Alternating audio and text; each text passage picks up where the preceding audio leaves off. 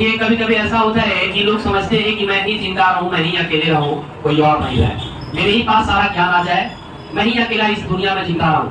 मैं कथा सुनाने जा रहा हूँ। एक पेड़ था, उस पर बहुत सारे आम लगे हुए थे।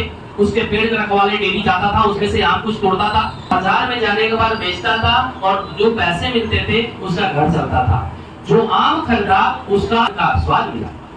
इसी तरीके से एक आम लटका हुआ था पेड़ पर, बोल रहा था मैं एक अपने मालिक के हाथ नहीं आऊंगा। जब भी मालिक जाते थे ना उस आम को तोड़ने के लिए तो पत्तों में छिप जाता था। ऐसे करते करते सभी आम टूट गए। जब आम सभी टूट गए तो वो अकेला हो गया। जैसे ही अकेला हुआ उसे अपनों की याद सताने लगी। ऐसा लगा कि दो चार थे तो हम लोग बात बतिया लेते थे, लेकिन अकेले रहते रहते उसका भी मन अशांत रहने लगा। लटके लटके एक बार ऐसा हुआ कि वो पक गया और पक कर सड़ गया और सड़ कर नीचे गिर गया। उसका कोई अंत मतलब आम का बेचारा सोच रहा था कि मैं इस मालिक के हाथ नहीं आऊंगा, लेकिन उस मालिक के हाथ आ गया।